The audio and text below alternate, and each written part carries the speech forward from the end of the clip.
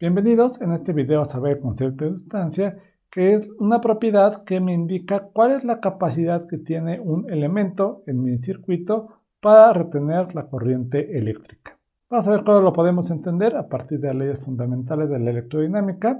Si vemos la ley de Faraday, la cual me dice que la integral de línea sobre una trayectoria cerrada del campo eléctrico va a ser igual a menos la diferencial del flujo magnético entre mi diferencial de tiempo. El flujo magnético nosotros lo podemos calcular como una integral de superficie, que sea la integral de superficie de un campo magnético. Es decir, en el primer caso, si tengo un campo eléctrico de la siguiente manera, yo tengo una trayectoria cerrada, le voy a llamar L, este sería mi campo eléctrico.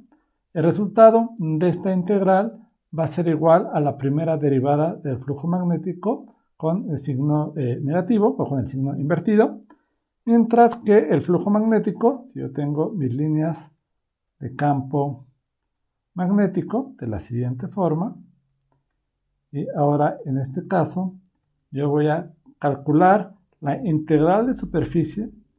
Es decir, yo tendría que integrar sobre esta superficie todas las líneas de campo magnético que lo atraviesan.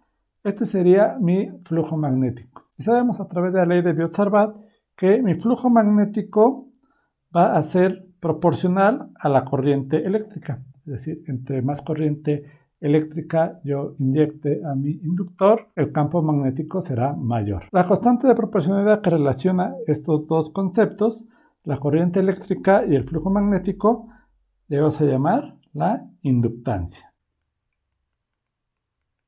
Los inductores, a diferencia de los resistores o los capacitores, son más complejos y más difíciles de utilizar debido a que, a diferencia de un capacitor en el que el campo eléctrico queda confinado principalmente al interior del capacitor, en los inductores esto no sucede así. En este caso vamos a tener dos conceptos, que va a ser el de inductancia propia y el de inductancia mutua. Tomamos, por ejemplo, un primer inductor.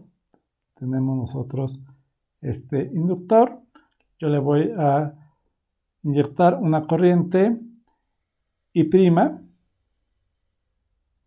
Este inductor va a generar líneas de campo magnético que van a estar principalmente en el interior de mi inductor, pero también van a salir hacia el exterior.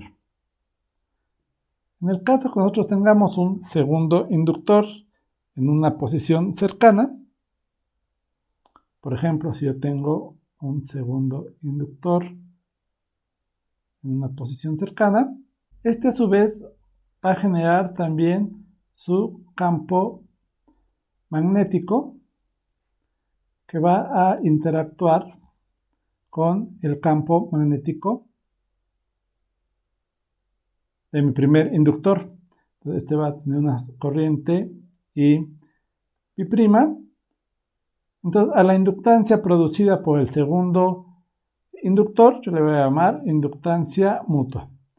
Esto, dependiendo de mi circuito, puede ser algo parásito, es decir, algo que yo no deseo que ocurra en mi circuito, o en algunas aplicaciones como los transformadores, de los cuales hablaremos más adelante, en el que yo tengo un núcleo de hierro y dos bobinas de cada lado. En este caso, lo que yo quiero hacer es aumentar la aportación de mi inductancia mutua.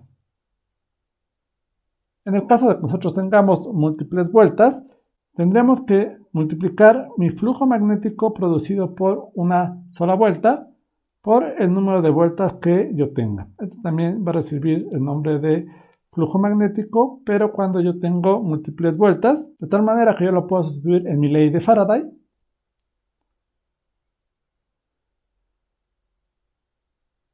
Y obtendría yo el siguiente resultado. Esto recibe el nombre de FEM o fuerza electromotriz, es decir, esto va a ser igual a un voltaje, y lo que están viendo en pantalla es algo que me parece personalmente fascinante. Lo que tengo aquí en mis manos es un cable como que utilizamos para conectar un punto del circuito con otro, y si lo tengo en esta posición, su inductancia va a ser 0. pero cuando yo lo empiezo a enrollar, yo genero un solenoide o un inductor. Vean, es el mismo, simplemente está enrollado. Y vean que va a suceder algo realmente increíble. Cuando este está estirado, la corriente que entra por uno de los extremos sería la misma corriente que sale por el otro de los extremos. Y el voltaje que entra por uno de los extremos, al ser un conductor, el campo eléctrico en su interior va a ser 0, entonces el voltaje en el otro extremo también sería idéntico. Es decir, si pongo 12 voltios aquí, obtendría 12 voltios en el otro extremo. Pero cuando yo lo enrollo, vamos a ver un caso particular.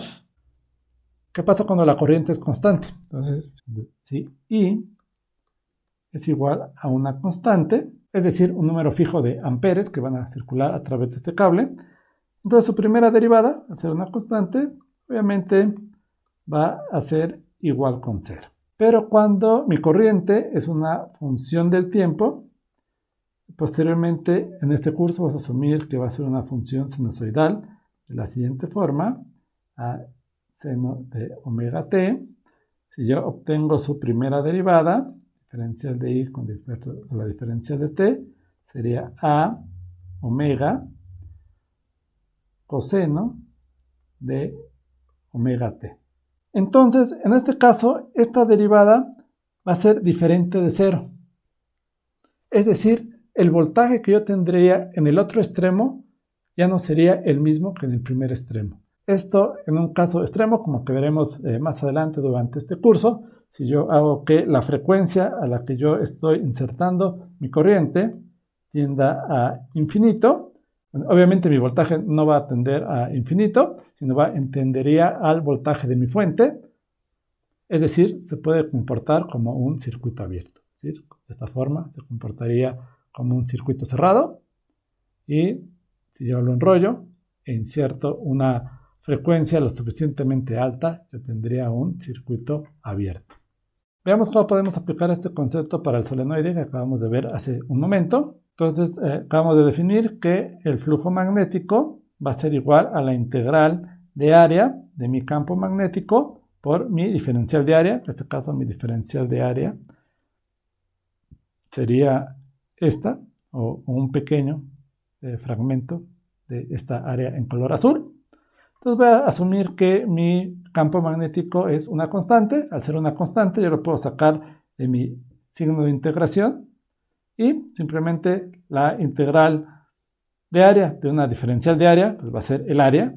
Entonces mi flujo magnético sería igual a mi campo magnético por mi área. El campo magnético nosotros lo calculamos en el video anterior y vimos que iba a ser igual a mu0 por I, por el número de vueltas, entre L, esto es para un inductor o un solenoide largo. Entonces yo puedo sustituir este campo magnético en esta expresión y obtener una expresión para el flujo magnético.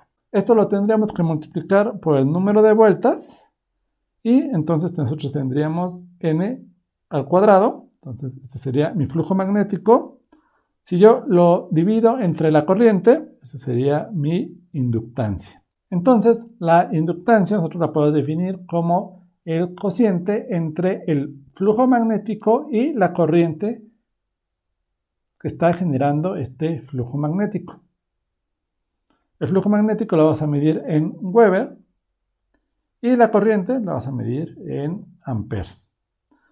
De esta manera nosotros podemos calcular cuál sería la inductancia para un solenoide largo. En este caso, mu0 sería la permeabilidad magnética del aire. Yo estoy suponiendo que el núcleo es de aire, pero si fuera un material diferente, simplemente yo tendría que sustituir por la permeabilidad magnética de ese material. Si es aire, es 4 pi por 10 a la menos 7. Una forma de escribirlo es como Henry entre metro. N es el número de vueltas, es adimensional. A sería mi área, entonces si yo lo multiplico, yo lo tendría que multiplicar para obtener las unidades de la inductancia de la siguiente manera. Yo tendría de este lado Henry sobre metro, que va a multiplicar a mi área, el área se mide obviamente en metros cuadrados, y dividido entre la longitud. Entonces, estos dos se me eliminarían y únicamente me quedarían henrys. Es decir, los inductores se van a medir en henrys, como he visto anteriormente. Una resistencia se mide en ohms, un capacitor se va a medir en faradios y un inductor se va a medir en henrys. Es todo por este video. En el próximo video vamos a ver cómo podemos calcular la energía magnética almacenada en un inductor.